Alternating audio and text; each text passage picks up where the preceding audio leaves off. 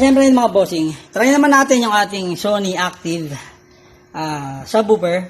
Dito sa ating PC, gagamitin natin siya as subwoofer ng dalawang in-plane na maliit. In-plane na PC computer. So gumamit lang tayo dyan ng conversion para malagay sila. So ayan siya, no? So ako na pa uliliwanag yan.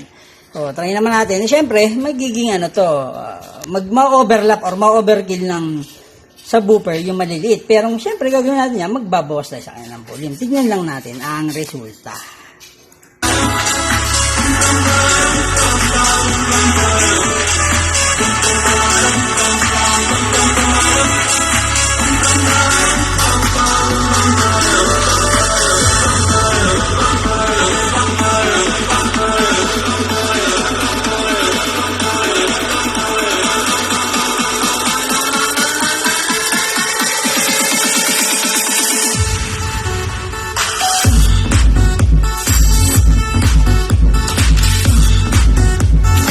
Sa status nito mga bossing, naka-todo yung maliliit, and then naka 1/4 lang tayo doon sa sub.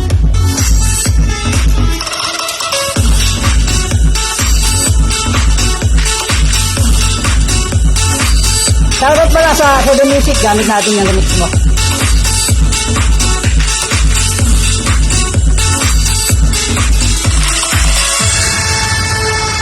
Yung gamit natin panginay, ito ang ating sub.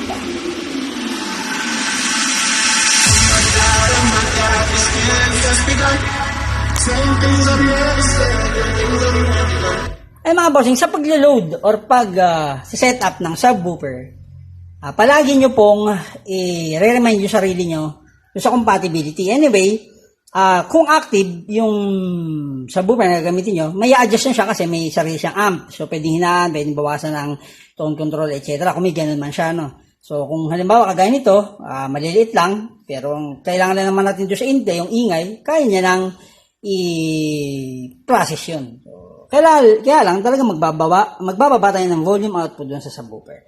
Pero okay naman siya, di ba?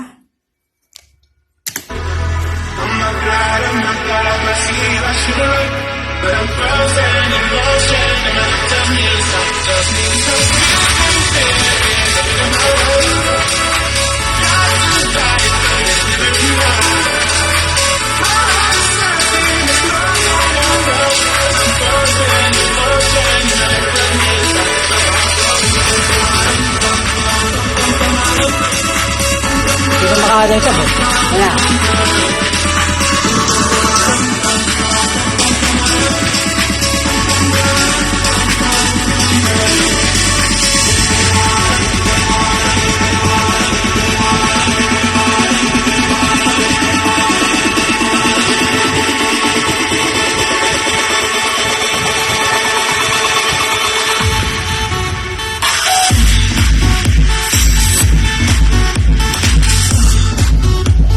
Konti. Yan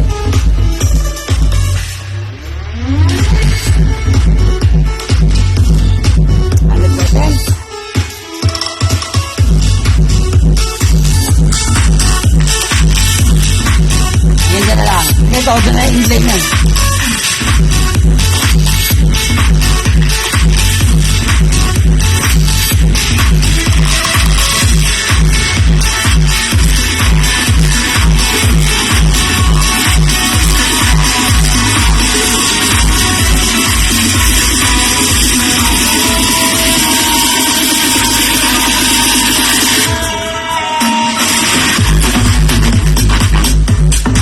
Pwede na, kung magpa-party-party lang ka sa bahay,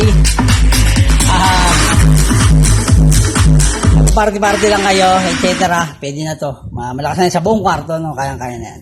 So, pang gagawin natin mga bossing, again, compatibility checklist bago tayo mag-load ng kung ano man sa ating amplifier or power amps or active sub. Kasi yung iba dyan merong built-in amp. So, okay po, ano gagawin natin? Let's rock and roll.